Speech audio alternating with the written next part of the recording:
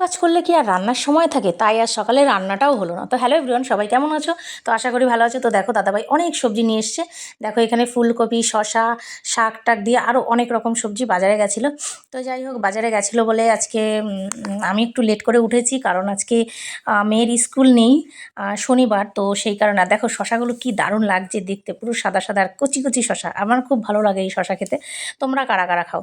তো শুধু এই সবজিতেই থেমে নিয়ে আরও অনেক কিছু এনেছে। তো চলো তোমাদেরকে একটু ভালো করে দেখিয়ে দিই। তো দেখো এই যে পেঁপে নিয়ে এসছে, তারপরে এই দেখো শাক এনেছে। তো আমি এগুলো সব ফ্রিজের এই বক্সটার ভিতরে ঢুকাবো। দেখো এখানে কাঁকরোল, তো প্রচুর, যেদিনকে বাজার যায় সেদিনকে অনেক অনেক সবজি আনে। দেখো এখানে ভেন্ডি।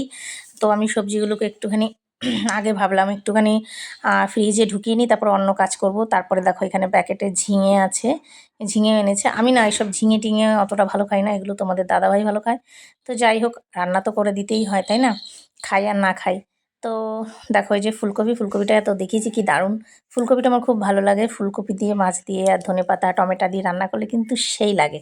তো সমস্ত কাজ করতে করতে যেন আজকে রান্নাটাই হয়নি সকালে। আর যেদিন মেয়ের স্কুল না থাকে সেদিনকে আমার একটু লেট হয়ে যায় ঘুম থেকে। আজকে কটায় ঘুম থেকে উঠেছি যেন? পুরো 7টা। যেখানে আমি 4:30 ঘুম থেকে উঠি, 4টের সময় উঠি, সেখানে আজকে 7টা বেজে গেছে। তাহলে কি করে সকালে রান্না হবে কাজ বাজ করতে করতে? তারপরে দেখো সবজিগুলো ভরে এখন একটু আমি ঘরটা গুছিয়ে নিচ্ছি। তো এই শোকেসটা দেখলাম একটু ধুলো পড়েছে, তো শোকেসটা একটু মুছে নিচ্ছি। আর কোনো কিছু পাচ্ছি না বলে গামছাটা দিয়েই মুছছি, তোমরা কিছু মনে করো না আবার। এটাকে ভালো করে ধুয়ে নেব। এটা অবশ্য লাগে না এই গামছাটা। তো যাই হোক, প্রতিদিন তো আর মোছামুছি হয় না। তো যেদিনকে মেয়ের স্কুলটা না থাকে সেদিনকে টুকটাক একটু করে নিই। রোজ রোজ গুছিয়ে রাখতে পারি না, জানোই তো তোমরা, ব্যবসার কাজে যুক্ত থাকি হাজব্যান্ডের সাথে। সারাদিন শুধু কাজ আর কাজ এটাই হচ্ছে আমাদের জীবন। তো যাই হোক, কী আর করব। তো ভালো করে একটু মুছে নিচ্ছিলাম কাজ টাজগুলো। প্রচণ্ড ধুলো পড়ে, যতই হোক ঝাড় দিতে গেলে সাদা জিনিস না, সাদা জিনিসের মধ্যে ধুলো লাগলে একটুখানি কেমনই হয়ে যায় দেখতে। তারপরে তো দেয়াল সাদা, দেখো দেয়ালের মধ্যে সব কালি টালি মাখিয়ে রেখেছে। এই মেঘাটা করে এগুলো, মেঘা পাগলি শুধু বদমাইশি করে। তো তারপরে দেখো একটু ঘরটা ঝাড় দিয়ে নিই এখন। দেখো আমি একটু ঘরটা ঝাড় দিয়ে নিচ্ছি। আর ওই পাপোশটার মধ্যেও প্রচণ্ড ধুলো হয়েছে, পাপোশটা একটুখানি ঝেড়ে নিচ্ছি। তো তোমাদের কার কার সকালবেলার কাজকর্ম হয়ে গেছে আজকে তাড়াতাড়ি করে সবাই কিন্তু কমেন্টে জানাবে। আজকে আমার উঠতে অনেকটাই লেট হয়ে গেছে, বললাম তো মেয়ের স্কুল নেই। আর যেদিন স্কুল না থাকে সেদিনকে কেন জানি না আমার দেরি হয়ে যায়। আর না হলে কিন্তু আমি সব দিন চেষ্টা করি ভোরবেলা ওঠার, কারণ ভোরবেলা উঠতে আমার ভালো লাগে। সবাই যখন ঘুমিয়ে থাকে আমি তখন উঠে কাজ করি, কারণ আমার সেই টাইমটাই খুব ভালো লাগে।